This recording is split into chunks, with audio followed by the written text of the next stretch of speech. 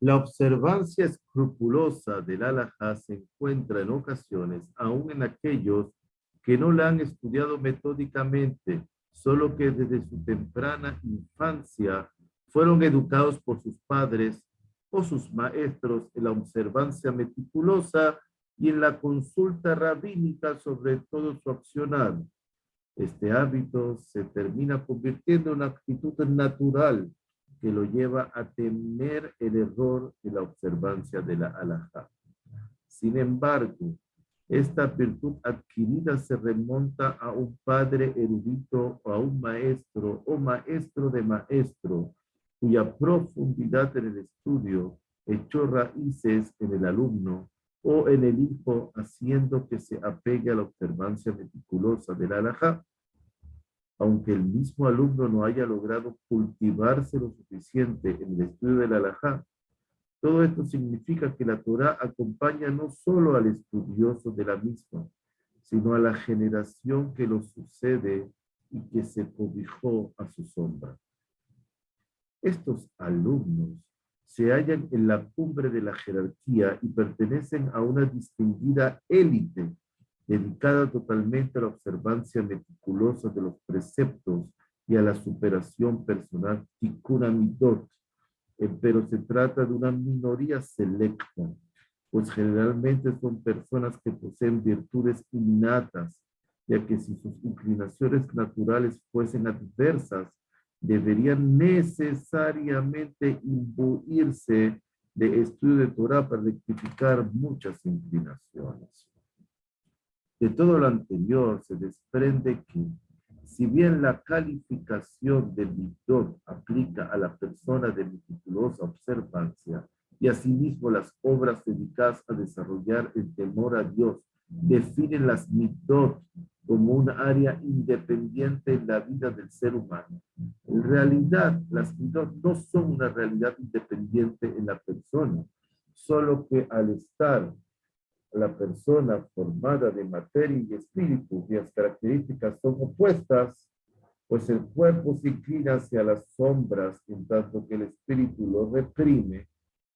Asignaron nuestros sabios la expresión midot a las inclinaciones físicas que, al ser clasificadas en sus distintas formas, van a facilitar estas inclinaciones físicas, estas actitudes físicas, hallar las herramientas para corregir cada una de estas individualidades en forma específica y por lo tanto más efectiva. Por ejemplo, la ambición, la ira, la envidia, la persecución de la honra, etcétera, cada una de las cuales requerirá de la solución apropiada, del remedio apropiado. Sin embargo, básicamente poseen toda una misma raíz, así como lo posee la elevación espiritual. En diversas ocasiones observamos que las obras dedicadas a desarrollar el temor a Dios tienen como objetivo sagrado avivar el radiante el espíritu, y la iluminación actúa como una medicación para todas las inclinaciones negativas en su conjunto. Y desde la perspectiva de que la amonestación ejercida sobre una inclinación específica no va a poseer la capacidad de debilitar dicha inclinación natural, sino encender la iluminación espiritual de la persona, y por lo tanto, como resultado imperiosa, va a debilitar dicha inclinación. Así, cuando la persona en su entusiasmo sagrado repite la Mishnah que recita, quien fácilmente se enoja, pero fácilmente se apacigua con el Birkat Avot, pulirá en su interior este concepto e inducirá hacia sí mismo el placer espiritual que se halla por encima de todo lo físico, y su alma se elevará con la virtud de sosiego y despreciará la ira. Entonces, de lo que ya hemos dicho, comprendemos que existen distintos lapsos a transcurrir hasta lograr resultados con el estudio del musar, de la literatura ética judía.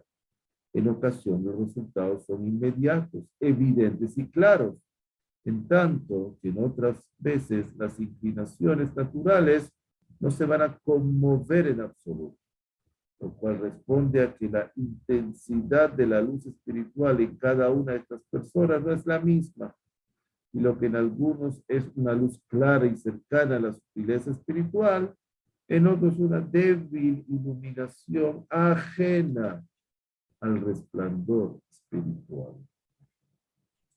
Una de las obligaciones de la educación es la investigación meticulosa de cada una de las inclinaciones, pues estas herramientas a utilizar en cada caso particularmente, de no ser efectivas, pueden perjudicar.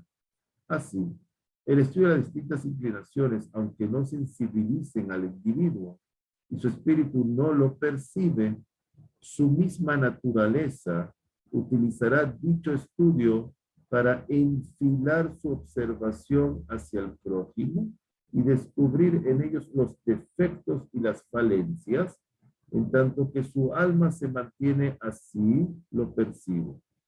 Lo percibir por encima de su contemporáneo. El oscurecimiento de la iluminación espiritual es denominado envilecimiento espiritual. Iluminación espiritual, lo contrario, envilecimiento espiritual. Y se trata de un portón que cierra el acceso a la elevación espiritual. Por ejemplo, y según afirmaciones rabínicas, el que come en las calles no podrá compartir con los demás los detalles del espíritu. Que acostumbra a montar en la ciudad no puede montar la cabalgadura celestial. El envilecimiento espiritual halla su raíz en el mismo espíritu y no en la acción, pues el accionar indigno es fruto de la vileza interior.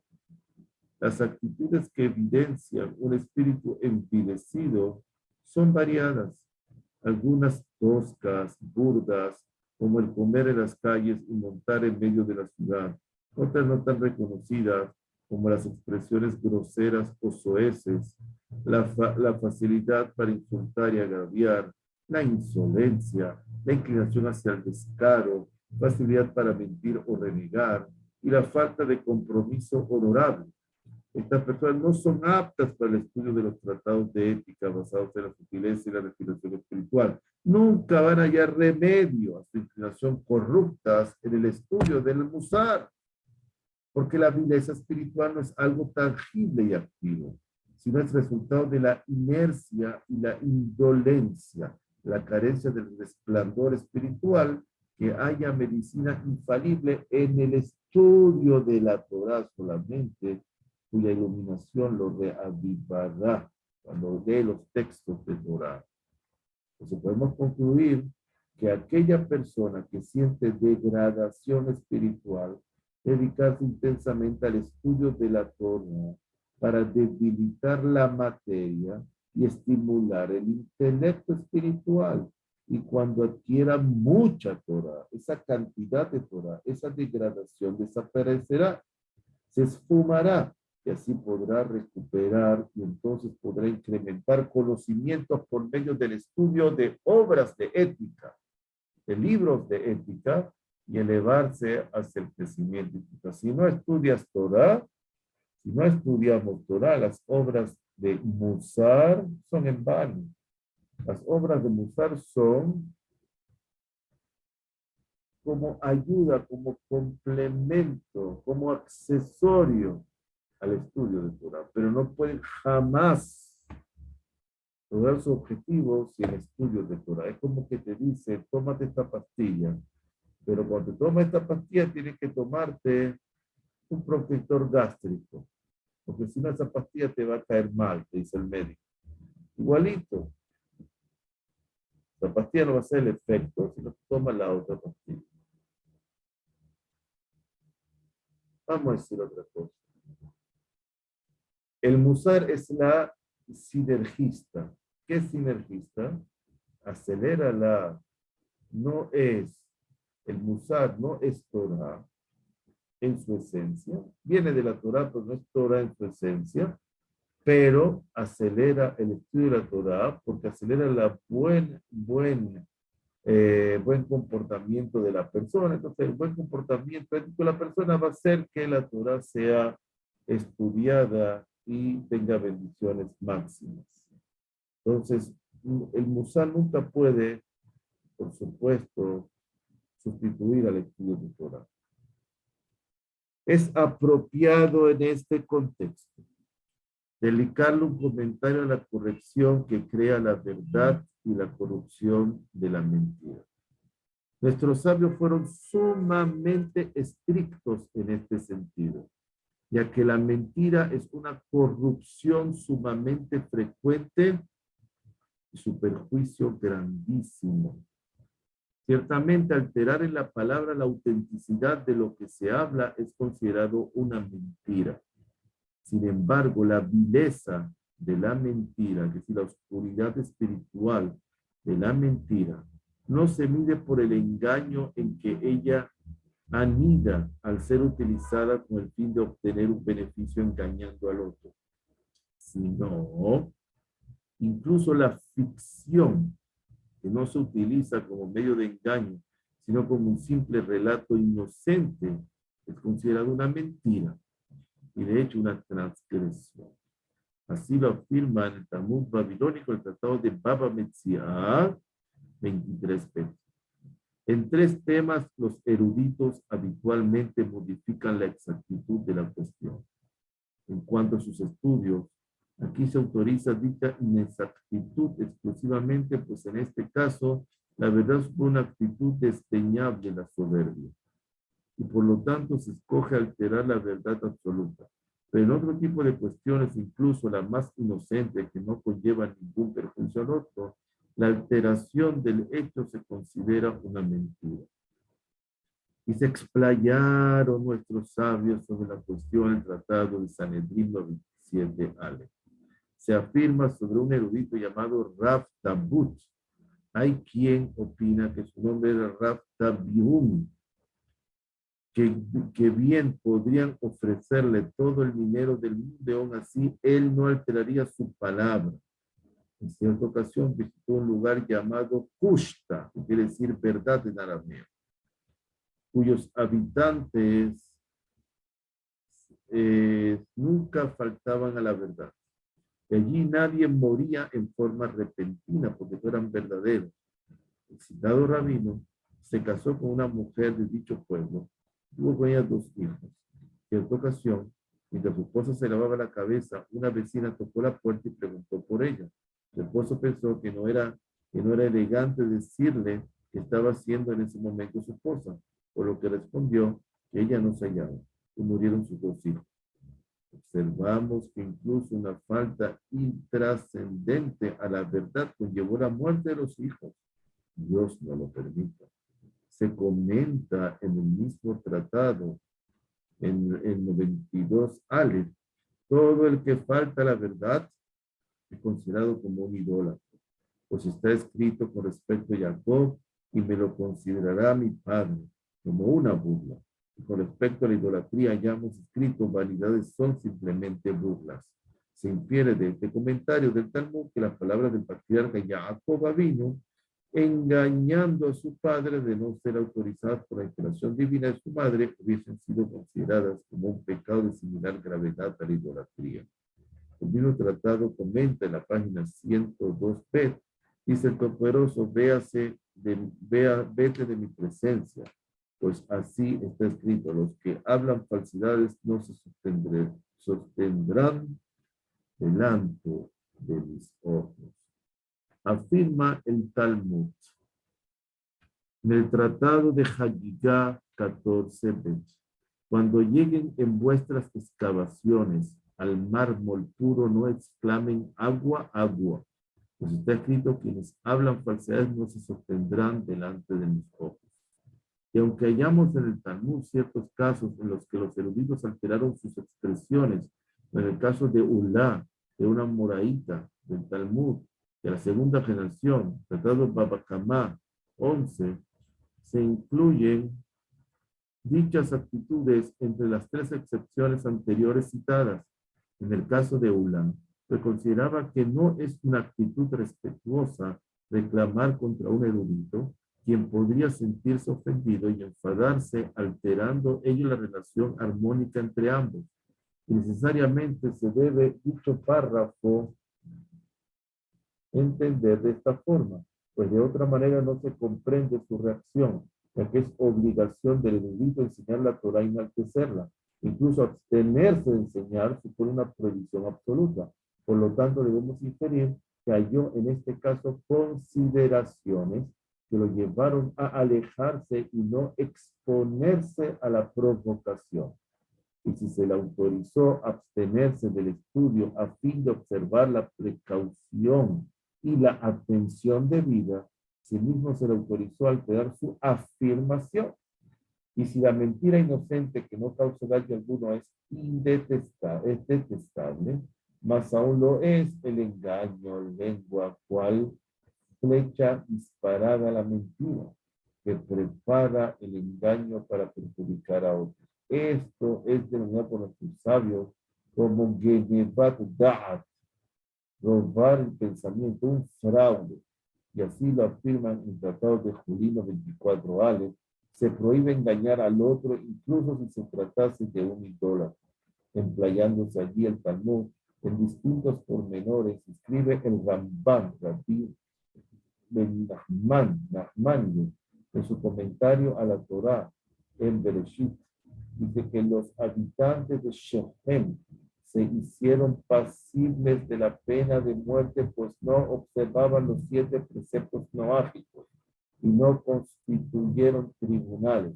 De hecho, raptaron a Diná, hija del patriarca Jacob, y la violaron. Y aún así no estuvo de acuerdo nuestro padre Jacob con los medios que utilizaron 2 de sus hijos para vengarse, pues engañaron a aquellos haciéndoles creer que no perjudicarían.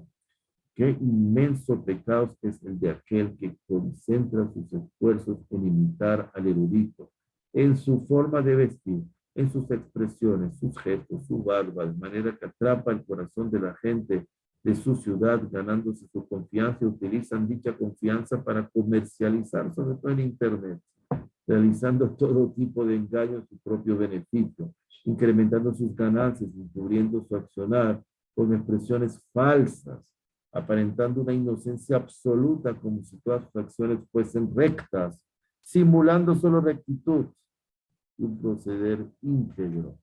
Y si son detestables las inclinaciones corruptas que se expresan eventualmente, cuánto más aún lo son aquellas que aparecen en forma constante, pues esta continuidad deja una marca indeleble en el alma humana.